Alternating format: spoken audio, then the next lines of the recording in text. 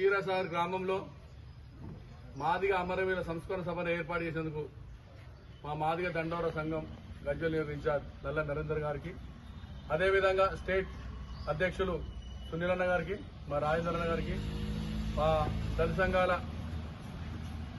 నేత మా శ్రీనివాస్ గారికి, అదేవిధంగా మా ఉప సర్పంచ్ గారికి, మా వార్డు మెంబర్లు, దళిత సంఘాల అందరూ యువకులు, ఉత్సాహవంతులు, గ్రామస్తులకు అందరికీ హృదయపూర్వక నమస్కారం. నేను సుమారు 20 సంవత్సరాల నుంచి రాజకీయ ప్రస్తావనలో ఉంటా ఉన్నాను. కానీ ఎన్నడూ కూడా మాదిగ అమరవీరుల సంస్మరణ సభ నిర్వహించిన దాఖలాలు ఎక్కడ ఉండవు. అదేవిధంగా మా గ్రామానికి నల్ల నరేంద్ర గారిని నియమించి ఒక మాదిగ సంస్మరణ సభను ఏర్పాటు చేసేందుకు నిజంగా నేను రాష్ట్ర అధ్యక్షులకు కానీ అందరికీ కానీ హృదయపూర్వక తెలియజేస్తున్నాను. ఎందుకంటే ప్రతి పోరాటంలో ఒక మానవుడు అమరుడు అయినాక స్మరించుకోవడం మన మానవ ధర్మం. ఎందుకంటే వాళ్ళు చేసిన పోరాటాలు వల్లనే మనం ఈరోజు ఈ ఒక రాజకీయాల్లో కానీ ఈ యొక్క వ్యవస్థలో కానీ నడుస్తున్నామంటే వాళ్ళ పోరాట ఫలితమే మనం చేసుకుంటున్నాం. అది ఏ జాతి అయినా సరే మనం గౌరవించుకోవడం బాధ్యత.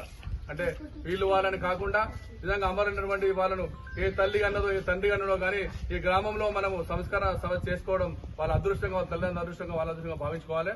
తప్పకుండా అన్న సునీల్ గారు, మేము మీ వెంట ఒక ఈ ఊరే కాదు ఈ జిల్లాలో ఎక్కడ ప్రోగ్రాం అయినా మమ్మల్ని ఆహ్వానించండి. తప్పకుండా మీకు సహకరించే సిద్ధంగా ఉన్నా.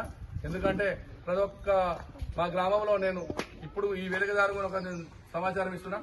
పార్టీల ఖచ్చితంగా పనిచేయడానికి సిద్ధంగా ఉన్నాను.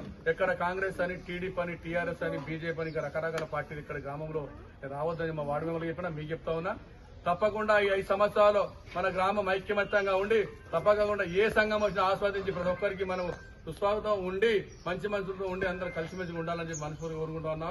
తప్పకుండా రాబోయే 5 సంవత్సరాలలో ఈ గ్రామాన్ని ఆదర్శవంతంగా తీర్చి రాష్ట్ర అధ్యక్షులు సునీలన్న గారికి అలాంటి వాళ్ళని పిలిచి తప్పకుండా అభివృద్ధి చూపిస్తా అని చెప్పి ఈ సభగా తెలియజేస్తా ఉన్నాను.